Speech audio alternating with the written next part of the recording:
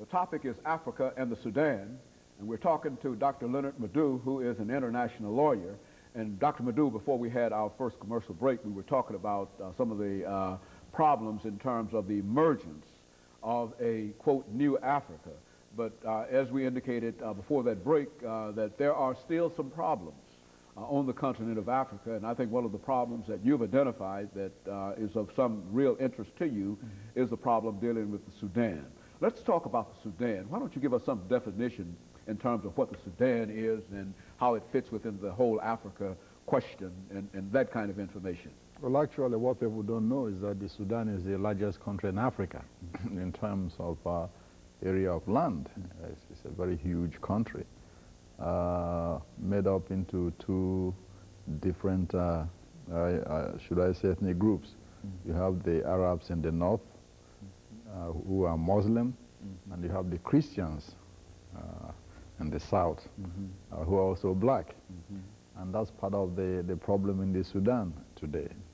And, you know, since the Sudan gained its independence, you know, from the British and the Egyptians, you know, you had the Anglo-Egyptian condominium.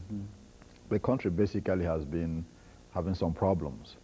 The first civil war in that country started about 1953.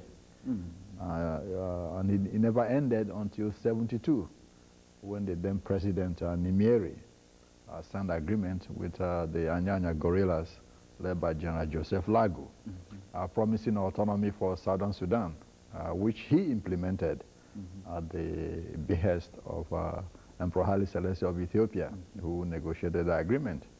But what happened is that in a few years later, the government of the Sudan went back on its word and decided to impose Islamic law on the whole country. On the entire country? On the entire country, absolutely. Nimeri tried to do that before he was overthrown.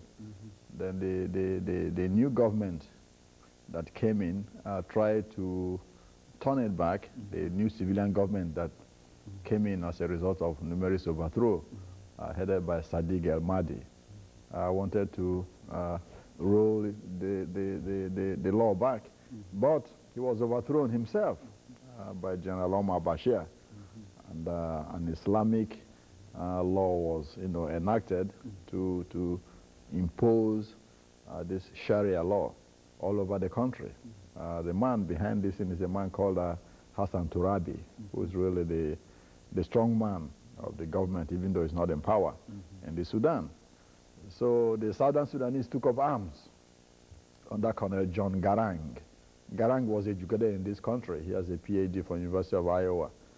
So he started leading the rebellion and formed an army called the Sudanese People's Liberation Army to fight for autonomy, not independence. You know, autonomy. For that particular section. Exactly, autonomy, and also to reject the imposition of Islamic law on the Christians in the south. And that's very important because most of the Christians in the south reject this Islamic law, which anyway, looking at it from the human point of view, human rights point of view, is wrong. You know, I think a country that is multinational, multicultural, multi-ethnic like the Sudan, supposed to, you know, be what you call a secular state. Reflect that in its organization. Absolutely, absolutely, yes, reflected in its composition, so that people can have the right to worship what they want to worship. You see, but in this case, they want to impose Islamic law, and that has been a problem since 1985, you know, when this conflict started again, and it's continuing, you know, up to as we speak. A lot of people are dying of hunger, starvation in southern Sudan. You've seen a lot of the Sudanese Christians here live in Nashville now. That's why they are here. You know, they are running away from that civil war and also all other attendant, you know, problems that the war has created. And not only that, from reliable information, including Amnesty International and Africa Watch, there is slavery still going on in the southern Sudan. In fact, most of the southern Sudanese, you know, members of the Liberation Army who are captured by the northern Arab soldiers are taken as slaves.